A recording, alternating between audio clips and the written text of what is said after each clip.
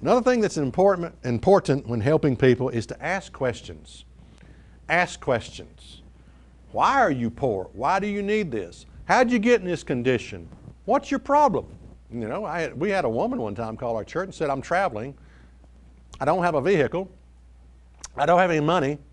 And someone just took my coat at the bus stop. And I'm thinking, you know, your mind goes tilt like a pinball machine. You think, okay, I'm traveling. I don't have any money. I don't have a car. I don't have any clothes. Who sets out to travel across the world without money, a vehicle, and clothing? You know, some of these people are mentally incapable of making a rational decision. You know, it's like 2 + 2 = 46. They just don't get it. Fourth thing for helping America's poor is make them accept personal responsibility. Make them accept personal responsibility. By giving them work, teaching them, nothing is free. Hey, we had a guy stop by our church one time and he said, look, I need some help, I need some money, but I'm not asking for anything free. I'll do some work. And I thought, man, that's a breath of fresh air to have a person who actually, I mean, that's what you're looking for. You're looking for a person, they're not looking for a handout. They're not looking for something free. They are willing to work for what they get. And that's the kind of person you can help. You can help those people. You know, in 1 Samuel 8 and verse 6, the story of Israel was this. They said, give us a king like the other nations. We want a king to rule over us. And what it really was a shirking of responsibility. We want the king to do for me. I want the king to do for me what I should be doing for myself.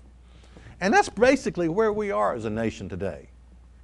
You know, we want the government to do everything for us. We don't want freedom, we want free things, free toys. Now, why are people poor? Why are people poor? Exodus 22 and verse 25, reading from the Contemporary English Version, it says, don't charge interest when you lend money to any of my people who are in need. Yeah, you know, interest makes people poor. Charging interest. And God said, now it was okay to charge interest to foreigners, foreign nations, but God says, among your own people, don't charge interest. Now let me explain how it works. We used to have a guy work with us. He bought on rent to own a big screen TV. I asked him, what's your payment? I asked him, how long is it financed? I figured it up. He could have bought 4 big screen TVs for the price he ended up paying for that one. Interest, you know. Now, I don't expect our society, the banks and the credit cards to quit charging interest, but if you have it within your power to loan money without interest, you should to your brother, to those who you know, that you can, well, that you can trust.